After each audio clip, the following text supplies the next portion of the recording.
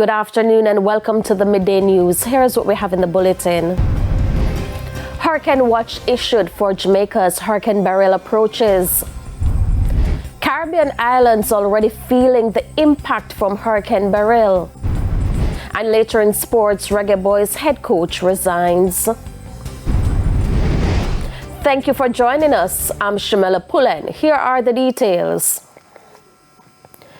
A hurricane watch has been issued for Jamaica as Hurricane Beryl barrels through the Eastern Caribbean. Principal Director of the Met Service of Jamaica, Evan Thompson, made the announcement this morning. Major Hurricane Beryl is now in the Eastern Caribbean and continues to move toward the west-northwest. Almost due west, but slightly north of due west, moving into the Caribbean. That motion is expected to continue during the course of today and going through tomorrow. The system should move into the Central Caribbean by then and then start moving closer and closer to Jamaica. The current projected path takes the center of the system just off the south coast. However, there is a chance that the center could actually pass over Jamaica or even further from the southern coastline. And so we are watching, monitoring very closely. We will continue to monitor and, of course, update the Jamaican people about the latest position of this major hurricane. It is expected on moving into the Central Caribbean to be reduced in intensity somewhat because conditions are not very favorable in the Western Caribbean to sustain the major hurricane. However, by the time it passes Jamaica or passes over Jamaica, it is still likely to be a hurricane and possibly a major hurricane. And there are reports of damage to roofs and persons in shelters in St. Vincent and the Grenadines. As we hear in this report from Dion John of NBC Radio, the effects are expected to continue into this afternoon. The seas are raging. Very high swells. The winds have intensified. And I noticed that on mainland St. Vincent, in capital Kingston, where we actually are, the winds have intensified significantly, howling to be exact. And on the east coast, the seas are also raging. We are seeing and hearing reports of some houses having lost their roofs. I can't speak to how extensive is that damage in terms of giving you a count in relation to that. But videos are circulating as it relates to that. The rain in Kingston, where we are, is not as intense as probably some of the rural communities. So we depend significantly on reports from the National Emergency Council. Earlier on, when we checked in, there were in excess of 1,000 persons in 59 shelters located across the country as well. Meanwhile, preparations are already in high gear. That's according to Acting Director General Richard Thompson. He was speaking on Power 106 Monday. In a dramatic and rapid development, Tropical Depression Beryl surged to hurricane status on Saturday afternoon, with winds escalating to 75 miles per hour in just 24 hours. Since then, Beryl has strengthened further, becoming a major Category 4 hurricane. The National Hurricane Center warns of potential storm surges, heavy rainfall, and strong winds, emphasizing the need for prompt evacuations and necessary precautions. The Office of Disaster Preparedness and Emergency Management, ODPEM, says it has been conducting intensive planning meetings as it anticipates the impact from Hurricane Beryl.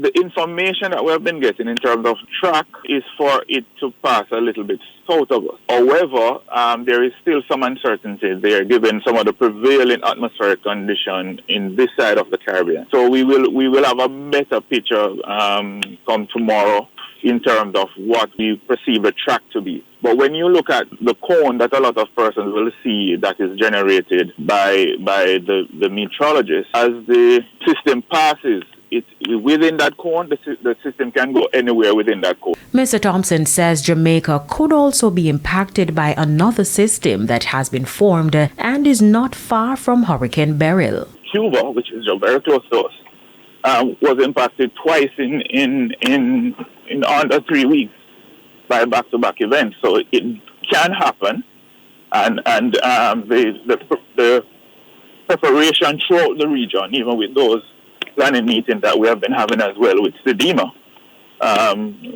throughout the weekend in looking at what is happening in the Eastern Caribbean and what will happen on our side, is to say that yes, we can.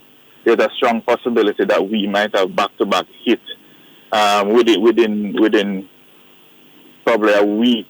But he assures that shelters are ready and equipped to accommodate those in need. Kerry and Simpson, TVJ News. The National Works Agency is also on high alert. It says several locations have been identified for attention and teams on standby. Among the locations that we are giving attention is the Sandy Gully, the lower section of the Sandy Gully in St Andrew. We're also looking at the silt traps in the north and south gullies in Montego Bay. The contractor working on the Southern Coastal Highway Improvement Project, SCHIP, between Harbour View and Port Antonio. We have identified some locations and we have asked that those locations be checked and whatever steps or action is required, that these things are done before we start to experience the rains or any impact from the hurricane. The Kingston St Andrew Corporation is urging citizens to be prepared. Kingston Mayor Andrew Swaby says he's currently assessing the city's infrastructure to identify potential vulnerabilities and take necessary precautions to mitigate flooding and other hazards. Additionally, arrangements are being made to provide shelter and support for the homeless population. We didn't have a whole summit on the homeless population. What we are doing, we are trying to find some locations. For example, there's a temporary location at Church Street that can accommodate about 200 of them. We will be encouraging them to go to that center. You'll be reopening that? Yeah, actually, that was a center that we had during COVID, and we'll be reopening that now. KSMC Chief Executive Officer Robert Hill confirmed that the Emergency Operations Center will be activated today to coordinate their response efforts. We're going to be having staff on shift who have been previously trained on shift throughout the existence of the center itself, and we'll provide the hotline numbers I previously mentioned. Also want to ensure that persons pay attention to the newscasts, pay attention to the information coming out of the Kingston St Andrew Corporation, as well as the Met Office and ADPEM and other national agencies for credible information that can help you amidst the disaster that is impending. Meanwhile, local government minister Desmond McKenzie, speaking at a press conference a short while ago, also spoke about the country's readiness. Mr. McKenzie says the government is not short on resources, human or otherwise. Found itself in a position where we have to be searching for resources. The National Disaster Fund is presently at over 500 million. Never before the country has had that level of resources to respond. And Environment Minister Matthew Samuda says he will ensure there is no water lock-off during this time. An adjusted regulation schedule for communities that do face regulations, because ultimately we know that there is a potential timeline which everyone will speak to shortly, but that timeline will force us to change water supply schedules to make sure that Jamaicans all have a chance to fill their tanks and storage in the eventuality that the storm does come and does affect us particularly negatively. So just to alert that members of citizens are to look out for those notifications from the National Water Commission mid-afternoon, but over the next 36 hours we'll be ensuring that every community is indeed served so that they're able to fill and prepare properly for any water disruptions. The Kingston and St Andrew Municipal Corporation also toured 7 flood-prone communities recently. So some of the areas along the coastline we look at, we went to the Copper Drain out in 8 miles, where we would have seen the sandbar backed up the drain, so the water cannot flow freely. So we will be opening up those sandbars so the water can flow freely from the drain to the sea.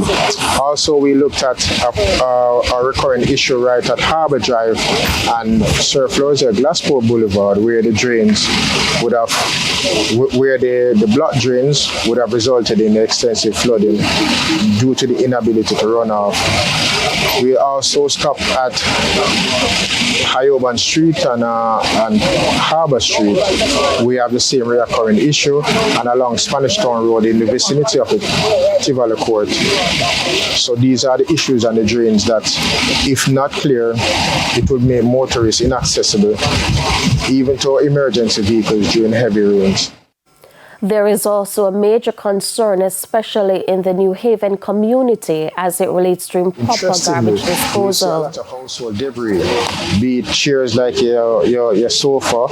We see fridges, stove, washing machine, and all of those stuff. So we implore our residents to be mindful when you dispose of your waste from your home, because these same waste end up in our drains, and it affects you and me whenever the roadways are flooded.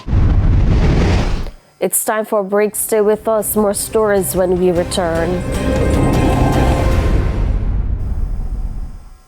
Welcome back to the Midday News. The fourth phase of single-use plastic ban takes effect today. This marks a significant step towards reducing plastic waste and promoting environmental responsible practices. Environment Minister Matthew Samuda was guest on TVJ Smile Jamaica.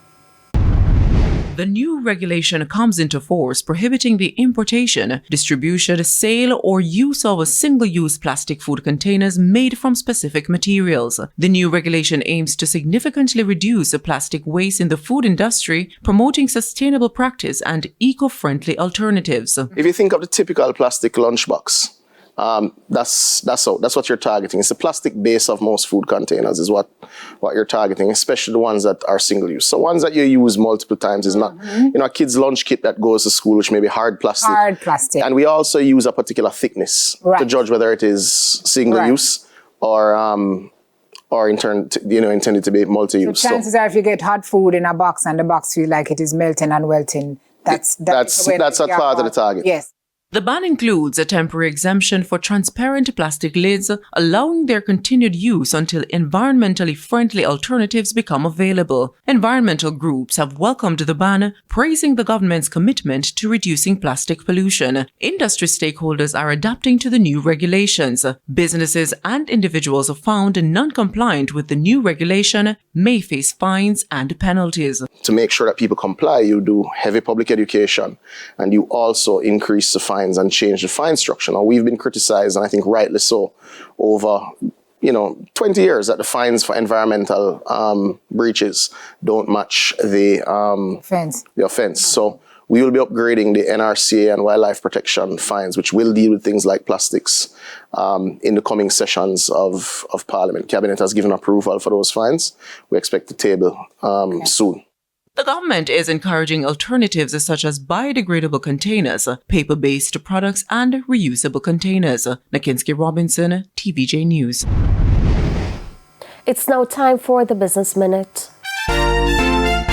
The Bank of Jamaica says incoming data suggests that there has been significant success in the fight against high and unpredicted inflation in Jamaica. The latest inflation report from the Statistical Institute of Jamaica Statin said annual headline inflation was 5.2% in the month of May. The bank says this outturn represented the third consecutive month in which the inflation fell within the bank's 4.6% target range. It was also the fourth consecutive month of decline in headline inflation. The central bank says the performance was significantly lower than its most recent forecast. The GOJ says based on these performances, projected inflation will likely be revised downward and generally remain within the target range over the next 2 years.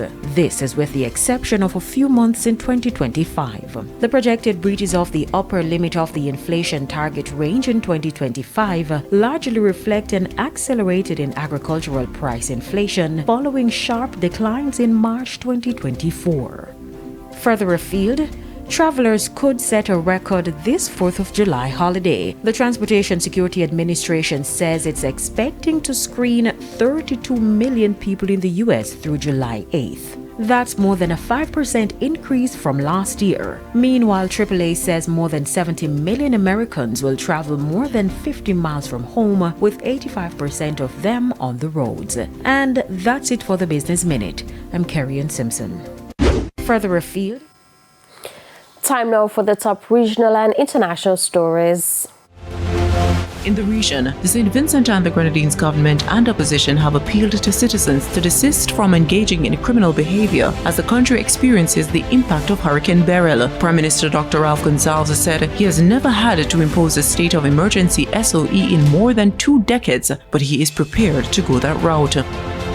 And on the international scene, France's national rally surged into the lead in the first round of legislative elections, according to results released early Monday, bringing the far-right party to the brink of power and dealing a major blow to President Emmanuel Macron's centrists in an election that could set the country and Europe on a starkly different course. The results confirmed polling that showed the party, with a history of racism and xenophobia and once shunned by the mainstream, is no longer taboo and confined to the fringes of French politics. And those were the top regional and international stories. I'm Nikinsky Robinson. We head to a quick break. When we come back, we'll have your midday sports report with Jordan Fort.